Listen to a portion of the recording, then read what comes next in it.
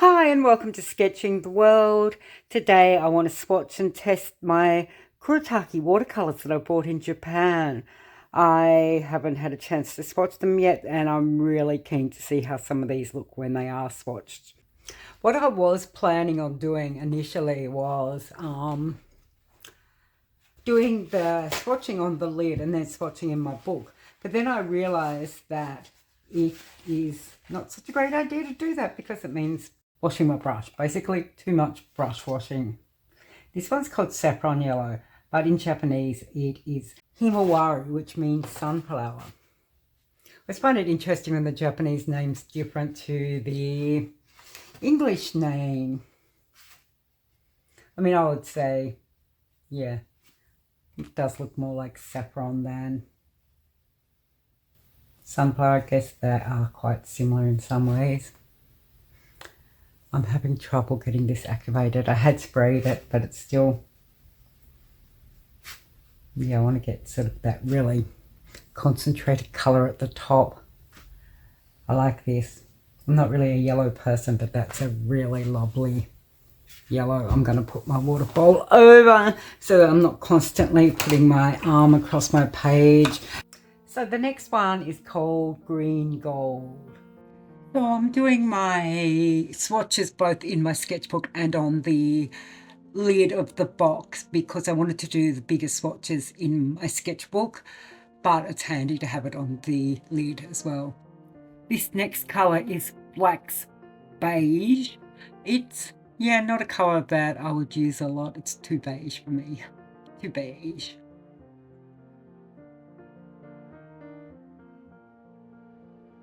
This next colour is Ecru Beige.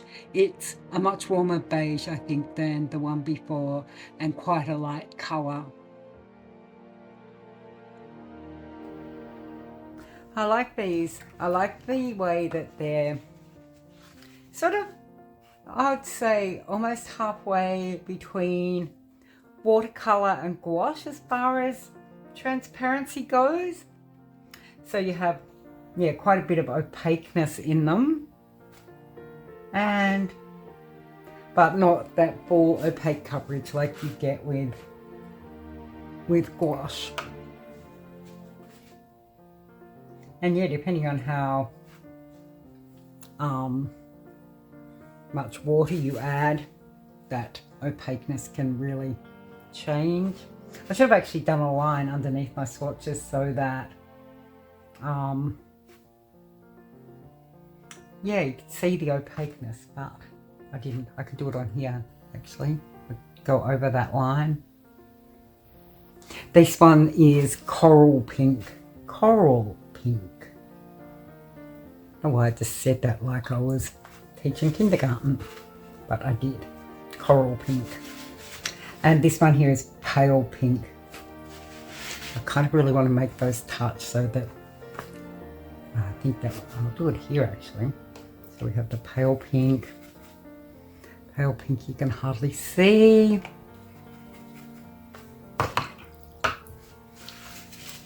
And now well, it's pale pink. This is the coral pink. I want to see how they run together.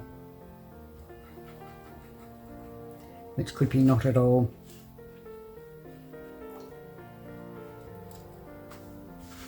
Next we have Potter's Pink. Potter's Pink's not really a colour I like. It always seems a bit, nah. I mean, it could be because it makes me think of mushrooms. I hate mushrooms. Hate mushrooms.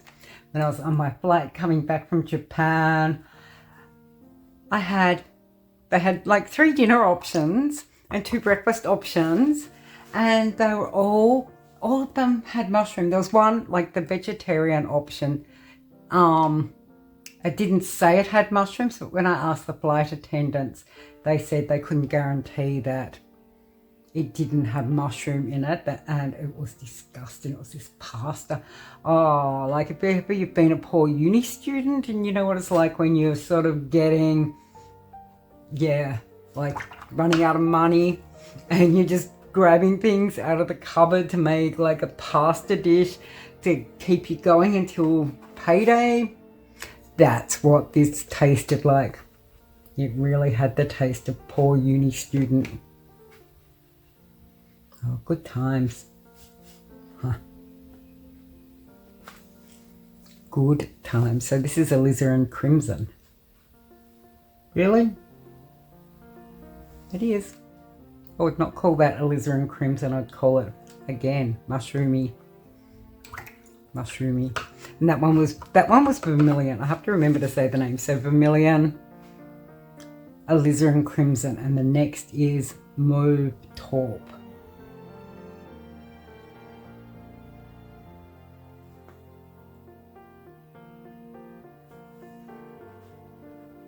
Some of these are very muted and they sort of have that sort of almost murky colour.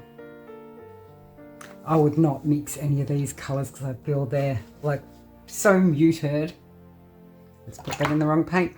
Oh yeah, I wouldn't mix them because they're so muted. They've probably got like a lot of pigment mix in them. So I feel like if you mix them with another colour, with each other, it's going to be too many pigments. Too many pigments, and that's going to really muddy your colours. Like I think this is about as far as you can go without the colours being muddy. It's at the limit. And like this is muted, and it'll just take that one step, I think, to send them over the edge too muddy. So that one was Old Mauve. Sounds like, you know, the lady that lives down the street, doesn't it? Oh, Old Mauve. Better go down and visit Old Mauve. Oh, this one's greyish blue. That's a colour that I have a weakness for. And really nice. I mean, it's really good because if I don't like any of these colours, or, you know, I love them so much I run out, there is a store just like not far from here that sells all the Kuretake. Well, I'm not sure if they sell all of them, but they have a lot of the Kuretake paints, the little, like these guys, so I can swap them out and put something else in there, or go and get a replacement.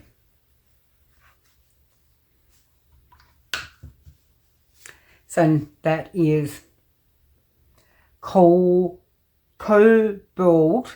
turquoise light. Cobalt turquoise light. And I forgot to put that in the lid swatch.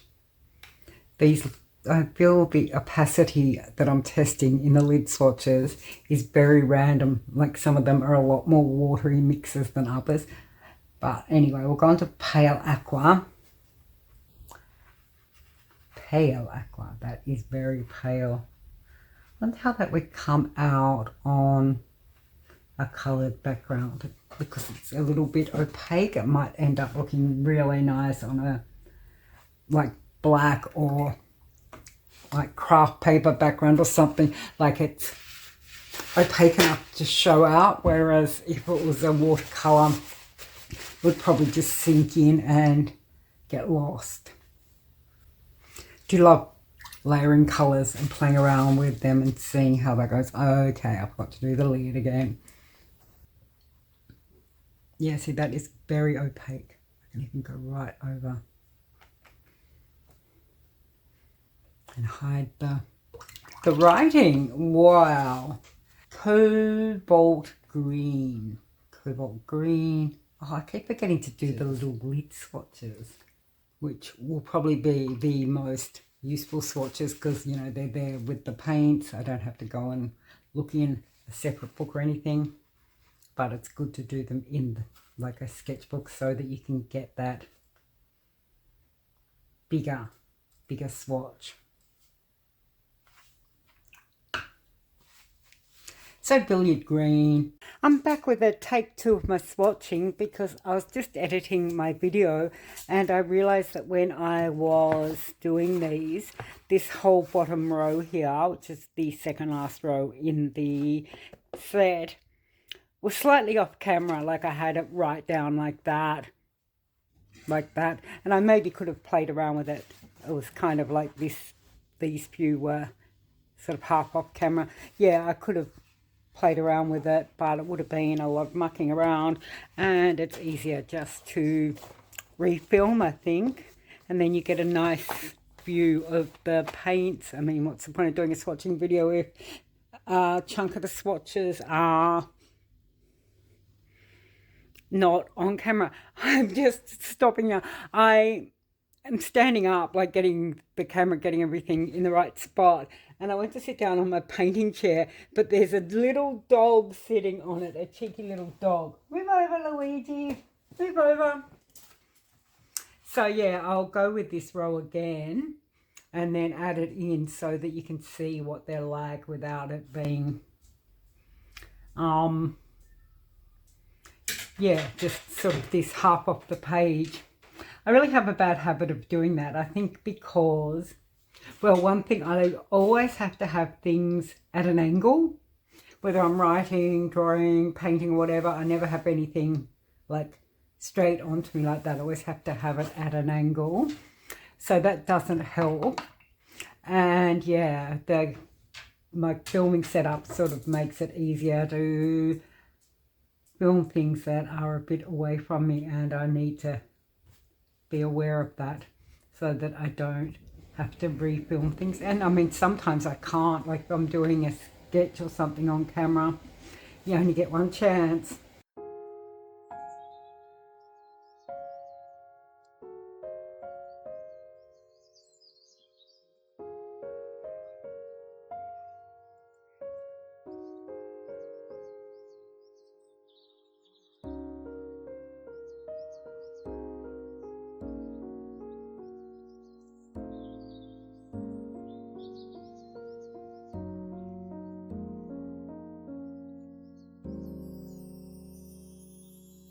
Shadow green, pea green, which is my favorite green in this set, ivy green, and green grey. The green grey is really nice too. So those are the 4 greens that I missed out, and I'll, yeah, put that in so you won't even see the first version. You'll never know it existed. Well, apart from the fact that I just told you. The last row on this page, beige grey. That's a colour. I'm going to say that's a colour that I never use, and whenever I say that, then I end up using the colour quite a bit. But yeah, don't like it much. I'm not a beige. Just over enthusiastically wash my brush. I'm not a beige person, but the Japanese seem to love beige. Beige. I find it funny, sometimes people have this idea sort of based on subcultures of what Japanese fashion is like, you know, this sort of really edgy stuff. But honestly, most people in Japan, they wear a lot of beige, and a lot of sort of this paley pink colour with the beige. I mean, it changes from season to season and from year to year with fashion, but they are very popular colours. Oh, look at that Mars yellow. I would not have said I liked it just seeing it in the pan, but it's great. It's a great colour. And before I go on to the next, last but not least one, penultimate, and we'll put that little swatch there, swatch. And then the last one, which is Venetian red.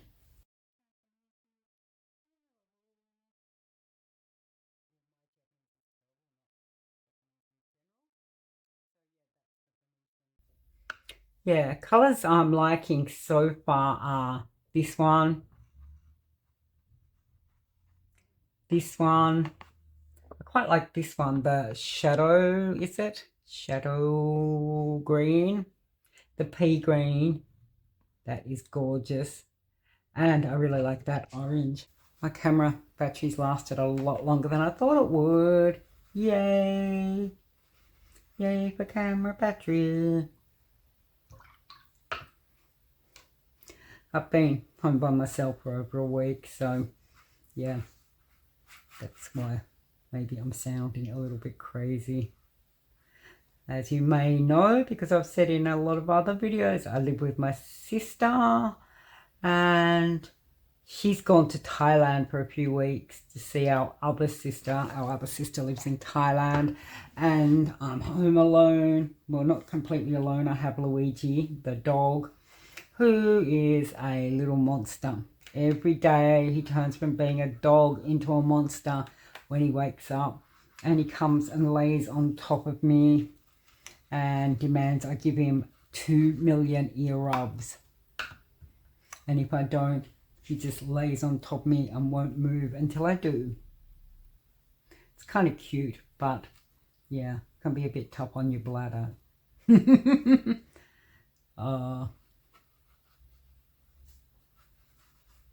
Yeah, once I've done this, I have to take him out for a walk, I guess. Not sure if other people do this, but I quite like doing colour caterpillars. The colour caterpillar exercise, where you get your colours and you sort of just make a caterpillar by joining them up. It's a great way to just, yeah, work with your colours, get to know your colours, get to see how they react with other colours. And yeah, you can see how they blend, how they, what's it called when colours run into each other? You know what I mean? Ooh, my colour butterfly. I'll do a face. It looks a bit like a cat. Maybe he's a caterpillar. Caterpillar. Haha. Oh, bad joke. But yeah, so this is how these look so far. I can see the Art Deco-ness, especially with like this. Not Art Deco, Art Nouveau. Yeah, all the nice greens, that orange, and some of the beiges and the pinks. Yeah, they really do have a very Art Nouveau feel to them.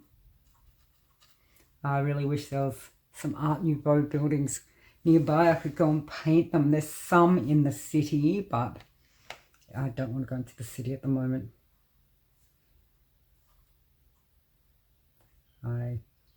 Yeah, don't want to go and leave Luigi all alone for that long. He hasn't been left alone much since we've adopted him, so I'm not sure how he'd be at, like, we leave him at home, like, to go and do errands or whatever. He's got his own little Luigi land, but yeah, that's a bit different to leaving him alone for like a full day or half day.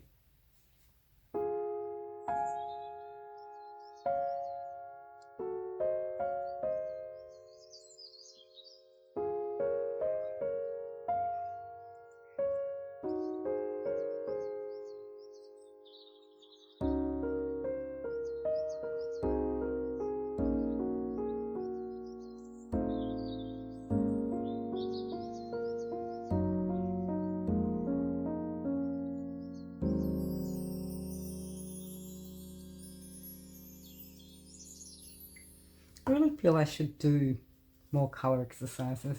It's a good way to start a drawing session, or yeah, just if you're like kind of want to do something but you're not really inspired to do a whole sketch. Yeah, just grab your paints and do a colour exercise like this, and you're learning. You've got it for reference for later on if you sort of want colour inspiration. You can come back to things like this and see how the colours have worked together, and it's so much fun to do. That's the main thing. It's fun to do. Okay, I'm going to leave that to dry now and take this little dog for a walk, and I'll come back later and I'll do a whole picture, a whole test picture.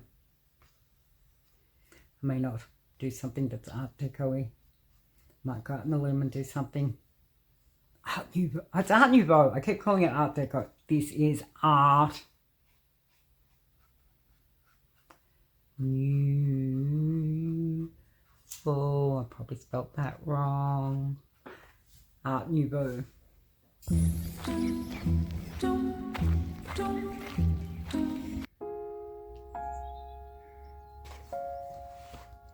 So this is the reference photo I'm going to use.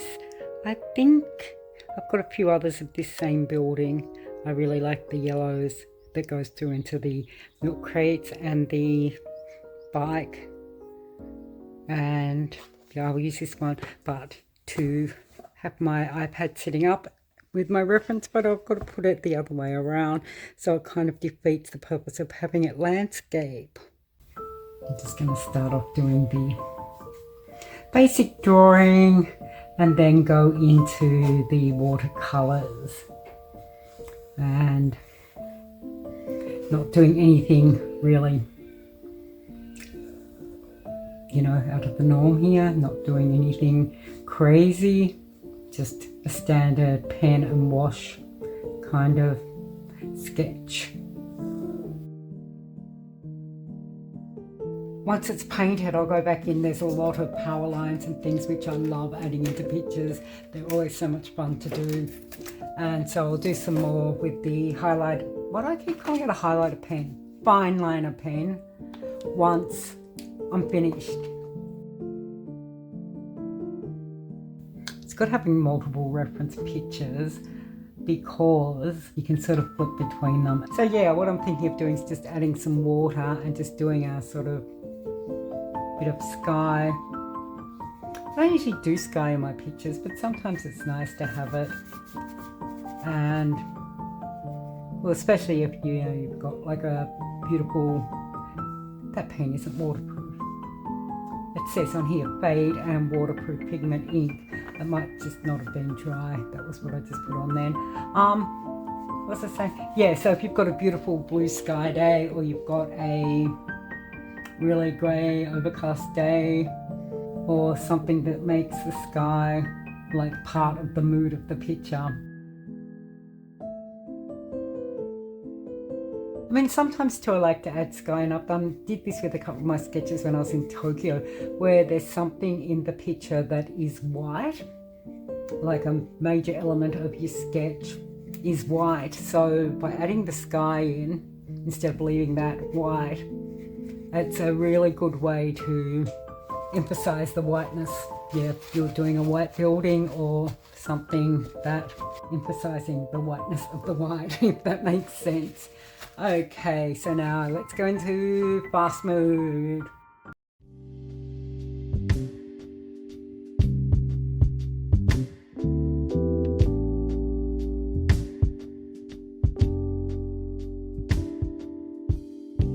Okay, I'm back to do a second coat, a second layer on this. It's had a lot of time to dry.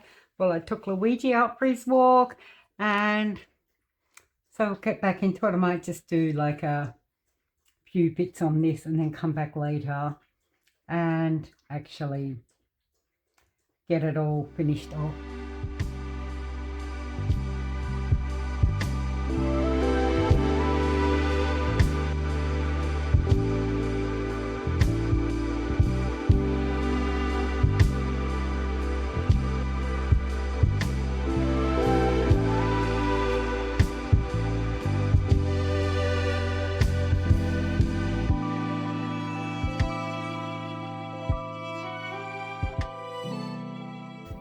Okay, that's the second pass, and I'm getting to the point now where I'm just futzing around with this and not actually doing anything to add value.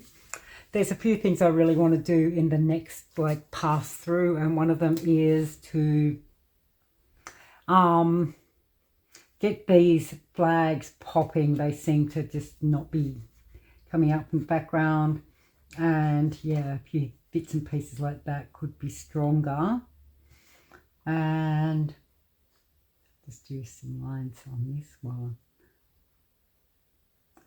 Yeah, so if I get them popping, I'll be happy.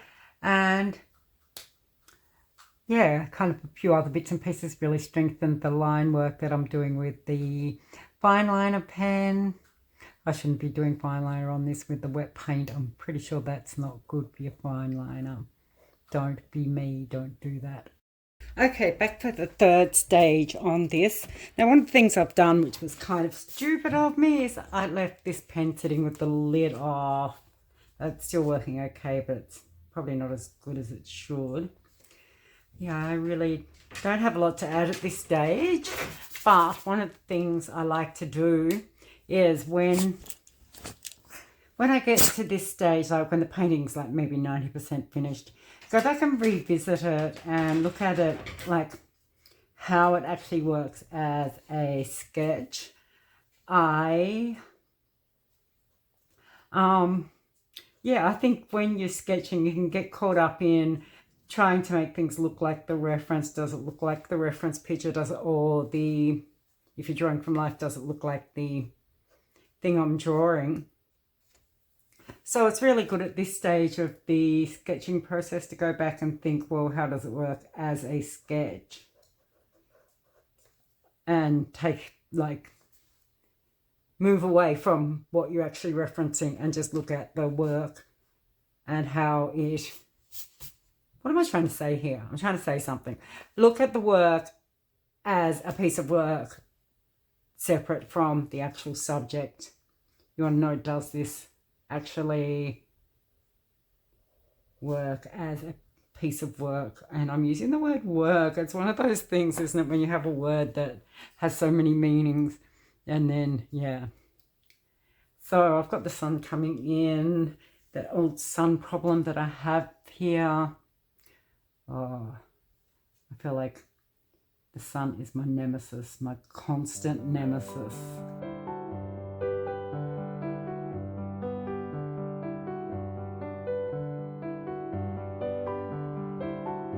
So after I finish this off, which, yeah, I'm just giving it a little, this stage, I'm just trying to emphasize the bits that I want to draw out. Yeah, after doing that, sort of how does it work as a piece of artwork, going in and sort of, yeah, I want to emphasize those yellows there and these yellows here. One of the things I really don't like about this picture, now that I've got this bar in it, should have thought of this earlier. This building has these signs, which I assume were like billboard signs at one point, and now they're empty. So I've just got these big chunks of white, and I've sort of been tossing up whether I should make up a fake billboard and just put there, because it looks a bit like, I don't know, nothing as it is. It's just, yeah, this billboard that's seeing better days, but it doesn't even register as that. This area here I don't like, this bit here, that's also a bit of nothingness, because, yeah, I should have actually looked at the picture and worked it out better, like what was going on here, because there's sort of the green area at the bottom of the building, and then this area, which I think is, looks just white, but I've let that get away from me in the painting stage.